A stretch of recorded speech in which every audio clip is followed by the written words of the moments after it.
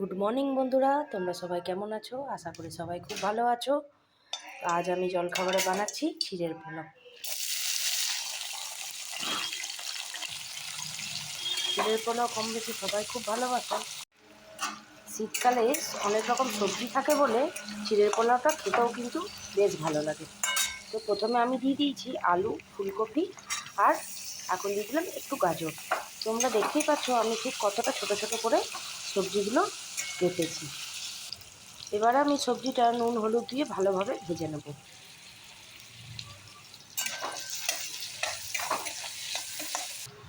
সবজিগুলো আমার ভাজা হয়ে গিয়েছে, সব কটা সেদ্ধও হয়ে গিয়েছে খুব ভালোভাবে। এবার দিয়ে দেবো বেশ কিছুটা কাজু কিশমিশ। কাজুগুলো কিন্তু আমি ভেঙে নিয়েছি, তাছাড়া গোটা গোটা কাজু দিলে অতটা ভালো লাগে না। কাজুটা ভাজা হয়ে গিয়েছে, এবার দিয়ে দেবো আমি একটুখানি চিনি। চিনিটা দিলাম এই কারণে নুন ঝালটা যাতে ভালোভাবে ব্যালেন্স হয়ে যায়। এবার দেবো আমি একটুখানি গোলমরিচের গুঁড়ো। এবার দেবো ম্যাগি মশলা।